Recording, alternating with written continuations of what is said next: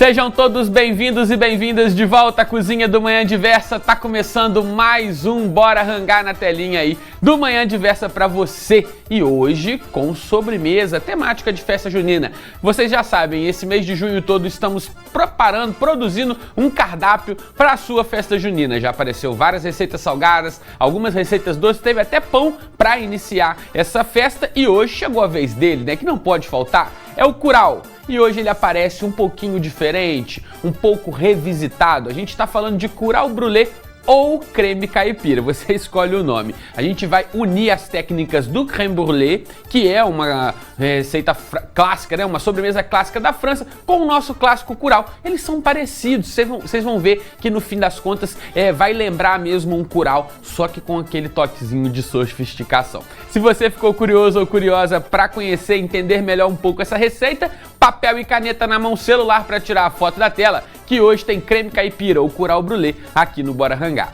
Para fazer essa receita você vai precisar de meio litro de leite, 3 espigas de milhos debulhadas, 2 xícaras de chá de leite de coco, 100 gramas de açúcar, 1 colher de chá de baunilha, uma pitada de noz moscada e açúcar demerara para finalização. Ó, nessa receita de hoje não vale roubar, tem que usar o milho da espiga mesmo. E coisa boa, porque tá na época, então por que não aproveitar esse tipo de ingrediente? Se você já tem plantado, se você tem acesso a alguém que tem na roça, melhor ainda, né? Mas no mercado você vai encontrar, porque como eu disse, né, tá na época, então ele vai aparecer no mercado, vai estar com a textura ideal pra gente produzir o nosso curau, e eu quero te mostrar os macetes que você vai fazer para debulhar esse milho de uma maneira mais rápida e mais fácil. Vem aprender comigo, eu vou focar bastante essa primeira parte da receita nisso, porque eu acho bem interessante. Ó, aqui eu tenho uma espiga de milho que eu já retirei as pontas delas, tá? Só para facilitar o trabalho aqui, mas para retirar a ponta é muito fácil. Eu vou até fazer aqui um pouquinho mais para dentro para você entender como é feito. Ó, você vai posicionar a sua faca. Olha, é importante que você tenha uma faca boa para isso aqui, uma faca afiada. Se a sua faca não for afiada, você vai fazer com uma faca de serra, tá? Aquela faquinha de pão. E aí você vem serrotando aqui, também vai conseguir. Com uma faca afiada você consegue, ó, você vai aplicar um golpe aqui nesse milho de uma vezada só, assim, ó. Pronto. E dessa forma você vai retirar as duas pontas, aquelas já estavam retiradas, mas só queria ilustrar para vocês. Retiradas as pontas, você vai ver que usando essa técnica aqui, você vai reduzir muito a sujeira que costuma fazer trabalhar com espiga de milho. Primeiro que essa palha ela se espalha, ela vai crescendo conforme você vai tirando ela daqui, igual casca de cebola. Também tem os pelinhos e também tem uma outra coisa que é retirar, debulhar de fato, retirar ali os grãozinhos de milho. Muita gente faz com ralador, eu vou te ensinar uma técnica, o ralador dá certo, mas só que ele faz muita sujeira. A pessoa fica toda suja de milho depois, porque vai espirrando aqueles pedacinhos de milho, quando vê o rosto já tá cheio de milho. Bom, retirar das pontas, a gente vai agora, ó, fazer um corte em todas as camadas de palha até nessa parte aqui. Ó, o movimento é esse, eu vou pedir pro Lucas fechar aqui no milho pra gente poder mostrar, ó, eu vou entrar com a faca aqui e vou trazer ela até o final da espiga, cortando todas as camadas de palha, atingindo ali até a camada onde estão realmente os grãozinhos do nosso sabugo de milho. Ó, você vem até o final, tá? Traz a ponta aqui até o final. Agora você vai desembrulhar esse milho, ó, buscando todas as palhas de uma vez. Olha só que facilidade, tá vendo? Muito mais fácil do que o pessoal geralmente faz por aí, ó. Aí agora é só você juntar tudo aqui e retirar a palha. Tá vendo? Muito simples, ainda ficou uma aqui, a gente acaba de tirar, ó. Agora a gente vai retirar o cabelinho, né? Porque tem esse cabelinho aqui que a gente não usa comer ele, né? Ele não se dissolve, não cozinha, é uma fibra que no final de tudo vai parecer que tem cabelo na comida. Então, ó, você vem aqui, ó, na pontinha beliscando assim, ó, e retirando o máximo que você consegue. Essa parte é um pouquinho mais trabalhosa mesmo, tá? É um pouco chato, né, tirar esses cabelinhos, principalmente quando a gente está falando de várias espigas, né? Nessa receita aqui, para meio litro de leite, eu tô calculando mais ou menos 3 espigas de milho. Mas isso vai depender do ponto que esse milho seu tá também, tá? Porque olha só, fecha aqui de novo no milho, ô Petitinho, que eu vou mostrar o seguinte pra galera agora. Esse milho meu, ele tá bem madurinho, ó, ele tá bem macio, ó. Eu aperto ele com a unha aqui assim, ó. Tem como fechar mais um pouquinho, Lucas? Ó, eu aperto ele com a unha assim, ó, eu vejo que ele tá macinho. Alguns milhos vão estar bem mais duros. Se ele não tiver macinho, igual, tá vendo que ele fica amassado, ele dá uma escorrida de líquido. Essa maciez é que diz que eu vou precisar de 3 espigas. Se ele tiver mais duro, você vai precisar de menos, porque ele vai te dar a textura mais rápido, tá? Só que aí você também tem que se equilibrar com o sabor. Então você não vai diminuir pela metade. Você, em vez de 3, usa 2. Beleza? Mas nessa época do ano, em geral, o milho já vai estar mais madurinho assim. Então, a gente tá partindo do mesmo ponto, tá? Ó, sigo tirando aqui os cabelinhos do milho para agora a gente debulhar de fato essa espiga. O que eu vou fazer? Eu vou apoiar a ponta mais plana das duas que a gente tiver aqui, geralmente a ponta de cima, né, onde que fica os cabelinhos, que a gente entra mais para retirar aqui. E aqui em cima eu vou segurar. Aí agora eu venho com a faca, eu não vou colocar a faca aqui em cima não, ó. Até pode, mas aí você tem que proteger o dedo. O ideal é que você comece aqui de baixo, para você evitar acidente, tá? E aqui, ó, é só você ir serrando essa espiga e retirando os grãozinhos de milho. Assim é muito mais fácil, eu acho, né? Do que com o ralador, porque como eu te falei, no ralador você vai, eu acho que demorar um pouco mais, tá? E também vai fazer muito mais sujeira. Então, ó, virei e retiro aqui embaixo e pronto, ó. Milho devidamente debulhado, a espiga tá aqui purinha já.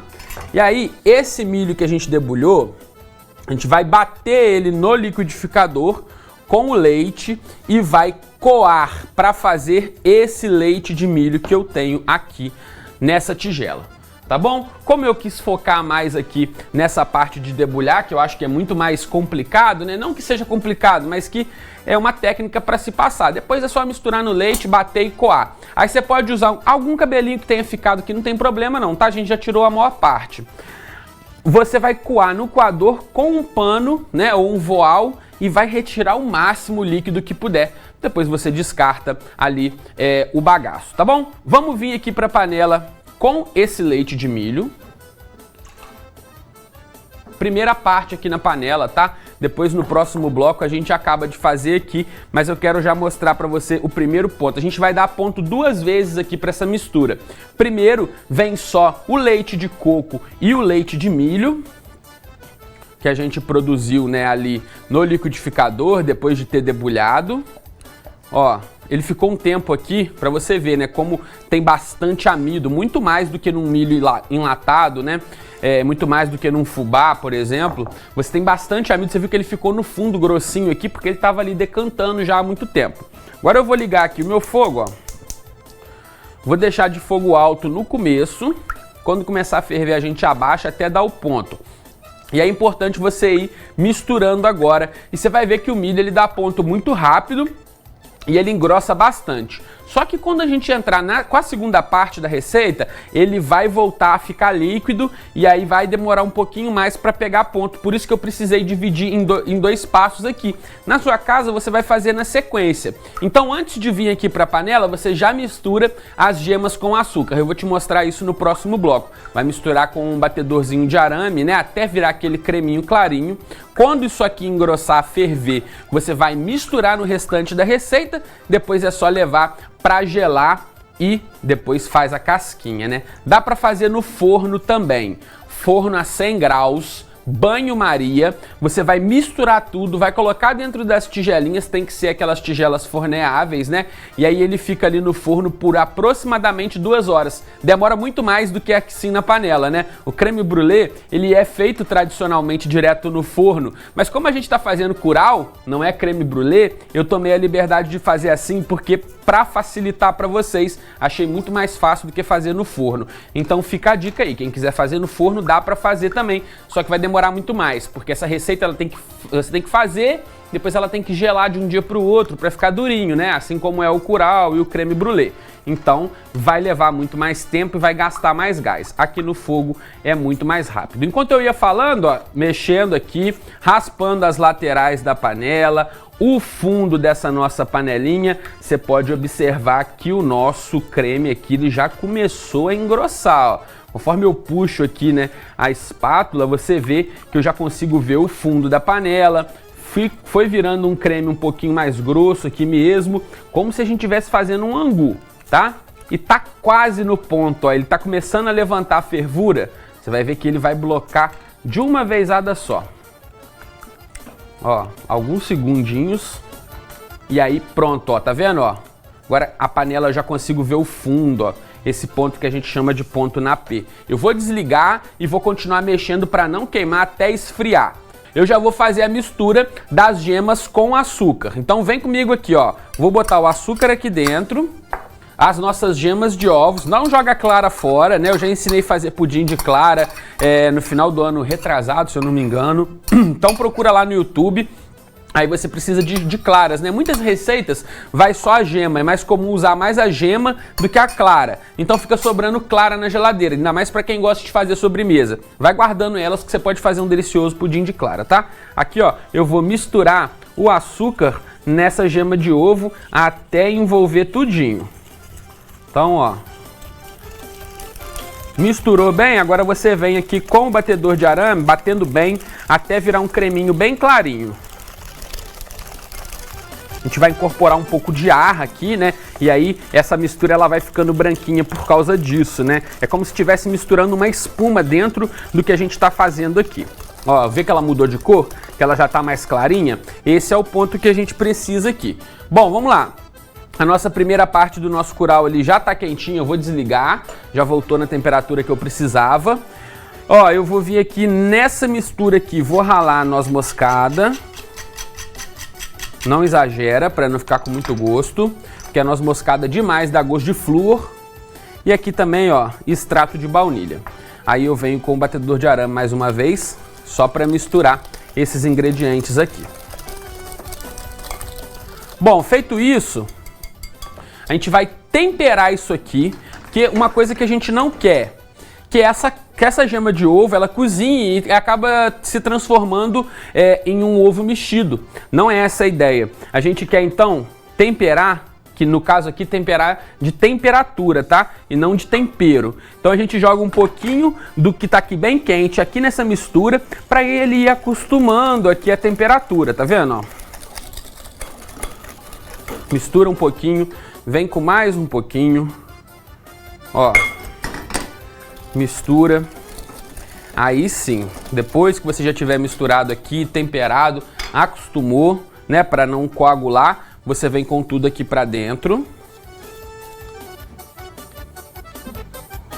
E agora a gente vai ligar esse fogo e vai mexer até dar ponto. Primeiro eu vou mexer aqui com o batedor de arame, porque como esfriou, esquentou de novo, pode ser que tenha formado algum grumo, né, e a gente não quer isso. Agora você vai ver que conforme esquentar aqui, ela vai começar a perder o ponto, ou seja, ela vai voltar a ficar líquida. E aí só depois que começar a ferver mesmo, é que a gente vai atingir o ponto novamente. E você vai mexendo sem parar o tempo todo, mexendo no centro e raspando as laterais. É muito importante, doce, qualquer doce quando a gente está fazendo, que tem que ficar mexendo na panela, você tem sempre que mexer as laterais. A conta que você faz para não esquecer as laterais é a seguinte, você faz assim, ó, 1, 2, 3, 4, 5, 6 e raspa as laterais. Então você vê, eu fiz 3 mexidas no meio, 3 nas bordas, raspando bem a quina aqui da panela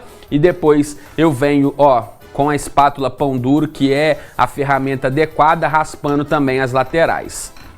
Então 3 curtas, 3 longas e uma raspada, ó. Ó. Porque vai, né, agarrando ali na parede, e na parede, como se você esquece de raspar, aquela parte que está grudada ali na parede, ela vai aquecendo, você esquece de raspar, ela começa a queimar. E aí ela começa a passar gosto, né, de queimado pro seu prato. Você não quer isso, né? O amargor do queimado vai denotar logo que você não tomou o cuidado necessário, deixou queimar o seu doce, o fundinho da sua panela, e isso não é legal, tá bom? Ó, tá começando a ferver, você vê então como eu te falei, né? Ele voltou a ficar mais líquido. E agora, conforme ele vai fervendo, ele vai voltar a atingir. Tá fervendo muito, eu vou abaixar o fogo, tá? Agora que ele já tá realmente fervendo, fogo baixo, porque senão você vai queimar aqui o seu creme brulee. E o cheirinho de milho cozinhando, junto com o aroma da baunilha, nossa, vai dando fome, tá? A boca, eu vou te falar, tá salivando aqui, o cheiro vai longe, tenho certeza que você vai aí espantar os vizinhos, o pessoal vai ficar, nossa, que delícia, cheirinho de festa junina, o que será que tá rolando lá na casa do fulano? É você fazendo seu curau, tá? Cheirinho gostoso, a família toda já vai ficando até com fome também. E é isso, gente, não pode parar de mexer, tem que ir, olha só o amarelo bonito que ele vai pegando, né? Conforme ele vai cozinhando, vai se acentuando o amarelo do milho, né? Ele vai, além de apurando o sabor, ele vai apurando a cor até chegar ali na textura, ó. Eu vou dar uma acelerada aqui, não façam isso em casa, hein? Que eu aumentei o fogo de novo aqui para poder acelerar, para a gente poder chegar no ponto rapidinho, juntinho, para vocês poderem acompanhar comigo. Então, se você for vida louca igual eu, for fazer assim, ó, no fogo alto, fica atento. Tem que raspar, tem que mexer, porque senão você vai acabar queimando isso daí, tá bom? Então fica ligado, ó. Vai aí raspando, não esquece do meio, não esquece das laterais, das paredes. Viu como eu acelerei o movimento aqui da minha espátula? Que eu tô observando aqui, ó, que ele tá fervendo bastante, ele começa a grudar se a gente não mexer. E aí aquela gema de ovo que entrou, que a gente colocou com todo cuidado, pode começar a coagular e aí vai ficar todo, né, aqueles pedacinhos assim, a gente não quer isso, a gente quer aqui, ó, um doce lisinho e cremoso, tá? Tá quase no ponto, ó. Você vê que conforme eu vou puxando aqui na panela, ela começa já a revelar o fundo pra mim. Falta bem pouquinho. Você vai ver direitinho o ponto que é. Fica atento aí no visual, né? A gente cozinha com todos os sentidos. A audição para escutar o barulho que a comida tá fazendo. A visão, né? Que geralmente é o principal indicativo de ponto. Mas também o olfato, o tato. Ah, claro que aqui eu não vou botar a mão, né? Mas dependendo do que a gente tá fazendo, a gente pode botar a mão aqui. Você pode incorrer numa queimadura grave se botar a mão nisso aqui, tá? Tá fervendo muito. Tem bastante açúcar e tudo isso aqui tem um calor específico mais alto, né? Pra te queimar é mais fácil, tá bom? Ó, vai mexendo, vai raspando, ó. Tá quase no ponto. Agora ele já tá mostrando, né, pra gente o fundo da panela. Ó, mais um pouquinho ainda. E aí sempre mexendo, sem parar, sem descansar. Agora aqui, olha só. Chegou no ponto, tá vendo? Ó, mostra aqui de cima, Ayandro, ó. Tá vendo como ele já tá praticamente solto ali da panela? A gente vê o fundo, ele já engrossou, tá parecendo quase um anguzinho aqui.